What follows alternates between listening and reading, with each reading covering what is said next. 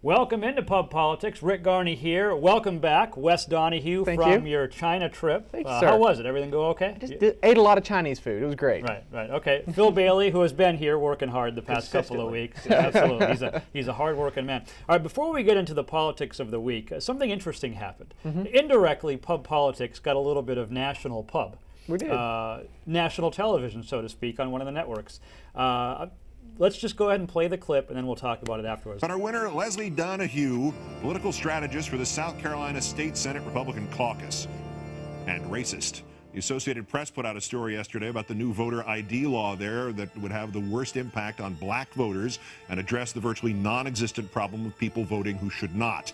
This is the great Republican paranoia, which is actually an excuse to charge people who can't afford it a fee to get an ID of some kind before they can vote. It's a modern poll tax, as Jim Crow as anything real Jim Crow ever was. And Donahue defended it on Twitter. Nice! Jim Davenport AP proves exactly why we need voter ID in SC. Wesley Donahue, South Carolina State Senate Republican Caucus political strategist. And now you know where the cliches like Cletus the slack-jawed yokel come from. Today's worst person in the world.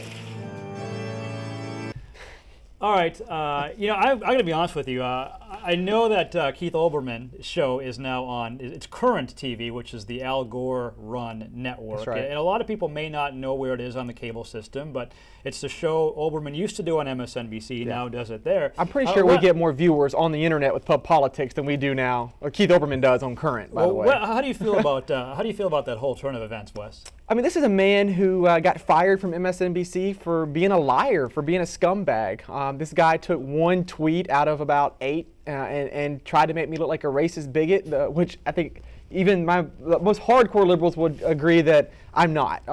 Just took something I said completely out of content. So ridiculous. Phil, can this be spun into positive pub for, no pun intended, Pub Politics? Well, I was disappointed that Keith Olbermann did not actually plug the show. If you read the tweets that he was referring to, it was mentioned on there. Yeah, he didn't read that part. He did not read that part. Yeah, I saw that. But Wes was just feeling the wrath of the liberals. It's kind of a welcome back from China gift. Right. Wasn't even in town 24 hours before being named the world's worst person. That's right. Well, you know, what do they say? As long as they spell your name right, there's no such thing as bad publicity. That's right. And I think they spelled it right. All right, let's go ahead and talk about the politics of the day. Governor Mark Sanford going to work for Fox News as a political analyst up until, for sure, the 2012 presidential election and maybe beyond.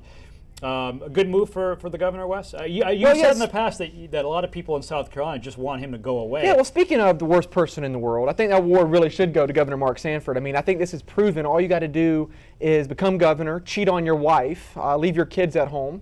You know, like Elliot Spitzer. He did the same thing. You know, cheat on your wife and you get a TV show, or at least you can become an analyst.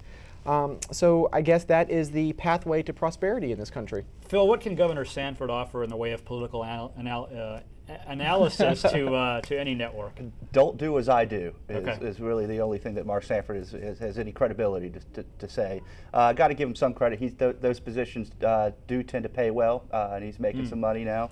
But he is leaving South Carolina, thankfully. So you're saying that he'll get more than, say, we do at Pub Politics. The budget there is a little bit bigger. Is that what you're saying? Got to give him some credit on that. Guys, Pub Politics this week, the pub version. Wednesday night, 6 o'clock at the Tin Roof. SC GOP Chairman Chad Connolly will be on. Oh, that'll be should be a lively show. Yeah, absolutely. As well as some of those occupiers. We're going to have a couple of those activists on. I was going to say, you're not going to gang up on Phil, are you, with you and Mr. Connolly? Or? Well, maybe. Yeah.